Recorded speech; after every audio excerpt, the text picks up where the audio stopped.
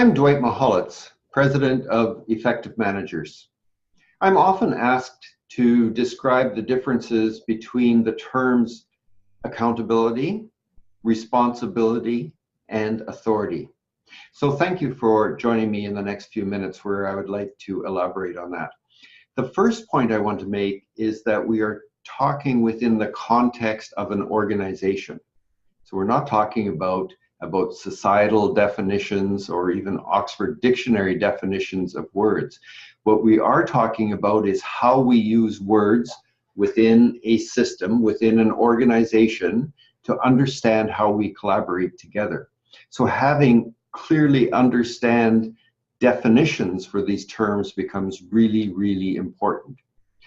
So starting with accountability, this is what got me involved in trying to understand the relationships between these three terms, is to understand how accountability works in organizations. And when I first started studying this, in fact, I took 2 years of my life to read everything I could and to conduct research with the University of Ottawa into this area. And we found that in terms of organizational systems, there was not a standard definition of accountability. So the professor at the University of Ottawa and I that collaborated on our research and created the methodology for effective managers have developed and are using this definition. Again, within an organization, accountability is an obligation for which one can be held to account for one's results and one's actions by a specified other. So there's three parts to this, and it's really important that we bear in mind all three parts. The first part is that there's this sense of an obligation. The second part is that one is accountable for one's results and one's actions. So it's how we do work as well as what work we're accountable for doing. And then the third part is the specified other. So we are accountable to a specified other individual. And in organizations, that individual is one other individual, and that one other individual is our manager, our boss. So whether our manager has the title of manager or director or vice president or CEO, that one other individual who is our boss is that one individual who can hold us to account for our actions. But accountability is very different from responsibility.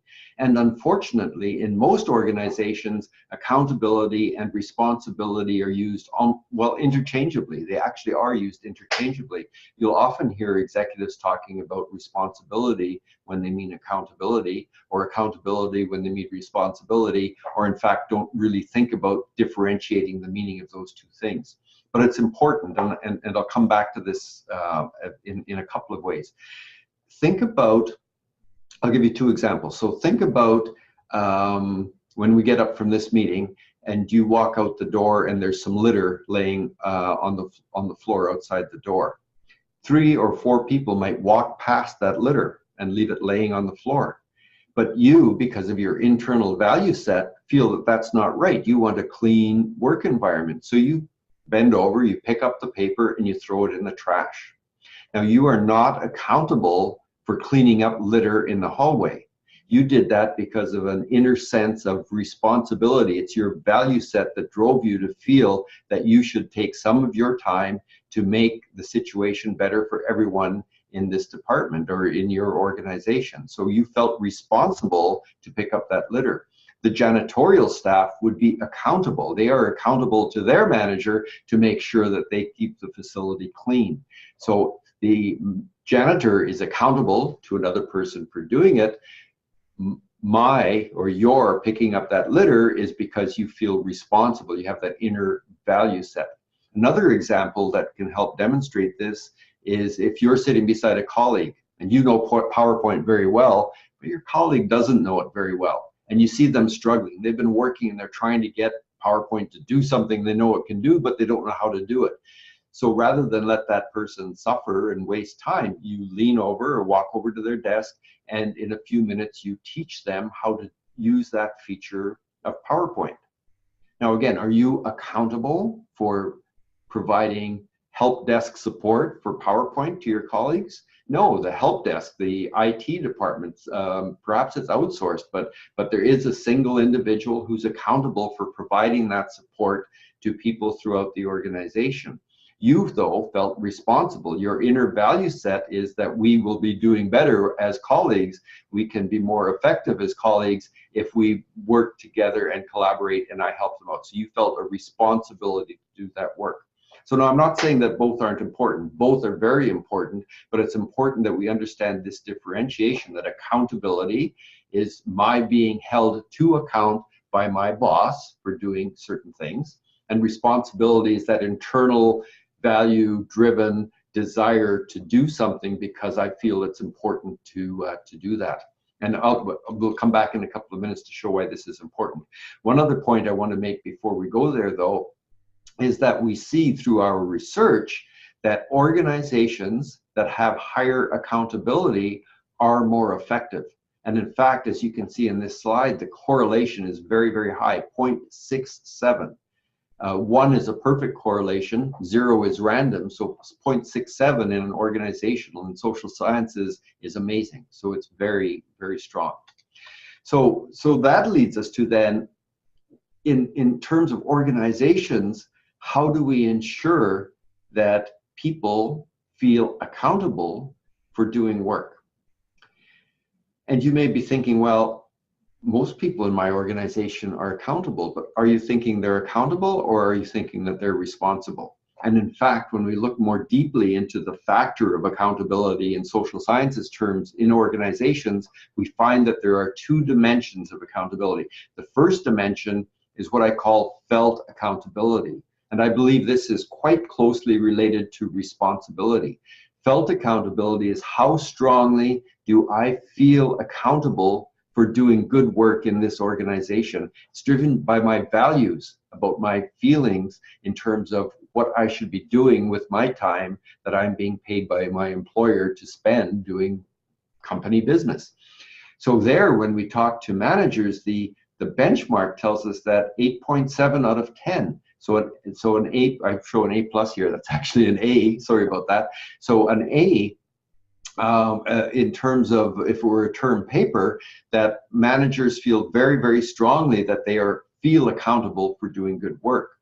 But there's the second dimension, and this is the one where organizations are falling down, is that the clarity of accountability is actually a B-, almost a C+. So managers are not clear about that work for which they are held accountable by their boss. They're not clear about those things that they're going to be called to account for doing and successfully doing. So understanding this differentiation, felt accountability on the one hand, where people want to do good work, and on the other hand, clarity of accountability, understanding what it is they should be accountable for. So in organizational terms then, whether or not clear accountabilities are set for subordinates throughout the organization at whatever level in the organization they are, managers are going to feel accountable for doing work. The question is whether managers will feel accountable for doing the right work. And in fact, our research shows that they're not. And this is what drives ineffectiveness in organizations and creates situations where strategies fail to be implemented successfully. So the last slide I have for you is to talk quickly about authority. So authority goes hand in hand with accountability. So if I am going to, as a manager, delegate an accountability to a subordinate of mine, I must also delegate the appropriate authority and make sure that they understand what authority they have for doing the work for which they are accountable. And authority is that delegated right to give orders, to make decisions, or to enforce obedience of your own subordinates.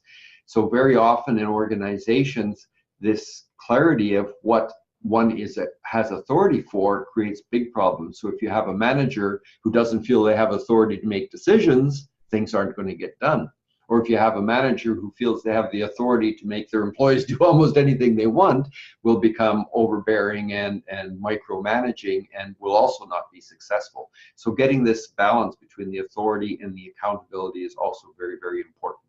So there's my overview of the concepts of responsibility, accountability, which comprises felt accountability and clarity of accountability, and then also authority and how those work in organizations. Thank you very much for your attention.